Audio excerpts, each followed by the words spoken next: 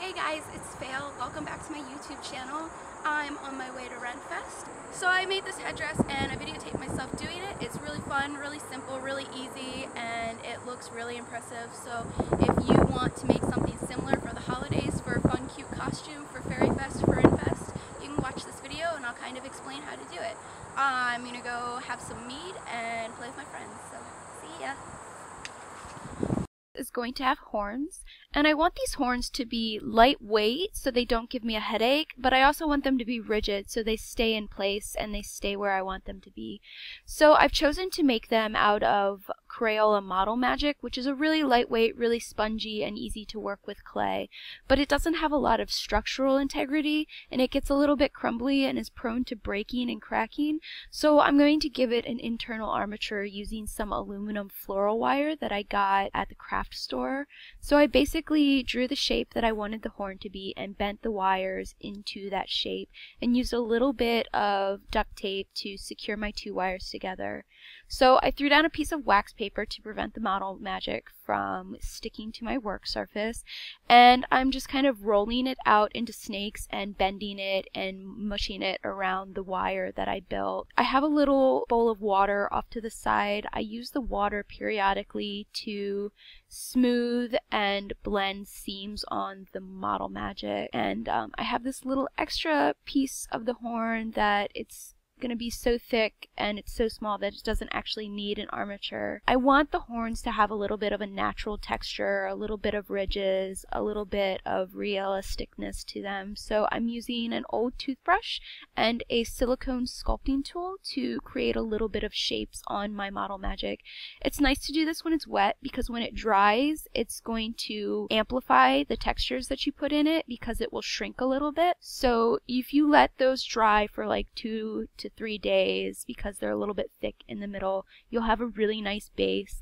I like to seal my model magic with Mod Podge, and then I painted it with some acrylic pearlescent paint. And here I have 2 pieces of Wonderflex that I bent into the shape of like a head, a crown, I guess. Wonderflex is like Worbla. It's a thermoplastic, but it has a fabric mesh to it, so it has a little bit more tensile strength than Worbla.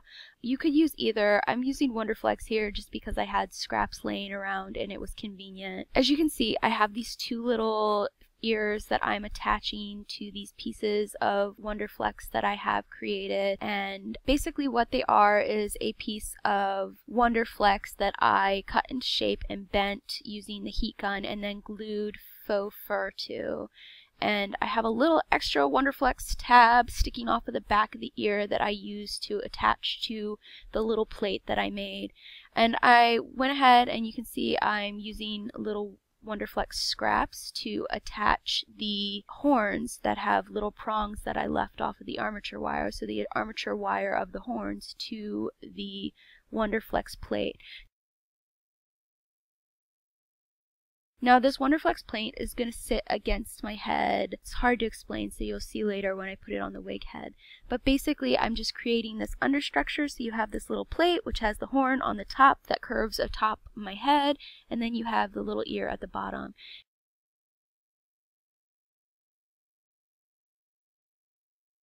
And you can see I have these little alligator clips that I am attaching to the Wonderflex plate on the inside that I'm going to attach to a headband.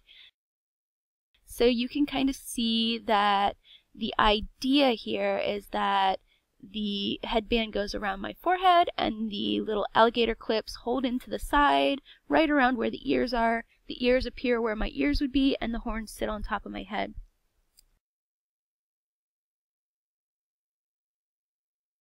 So now I basically went ahead and had a color concept in mind. My concept was golds and whites. So I went to the craft store and just grabbed all of the gold and white knickknacks I could find, florals, little decorative sticks for Christmas trees. I think it was around Christmas when I created this.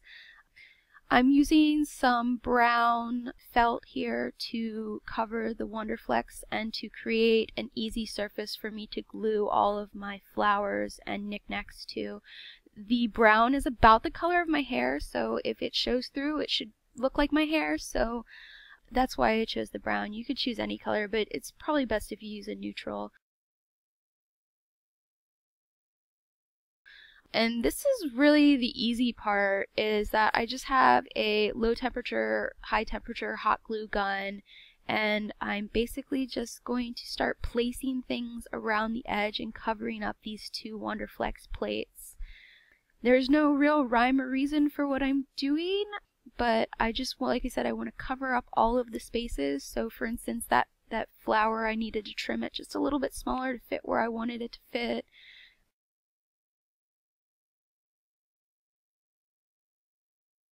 And then I have these cute little, I don't even know what they are, but they look like the inside of a flower, just little swirlies. So I went ahead and attached those on because I thought they looked fun.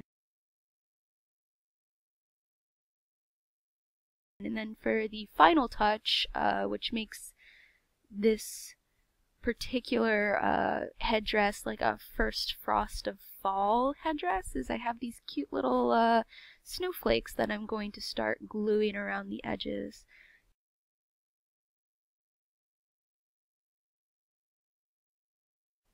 Don't forget that if you are making a headdress like this, you want your sides to be symmetric, so keep your other one nearby for reference. That's about all I have for you guys. Hope you enjoy. I hope you learned something, and until next time, see ya!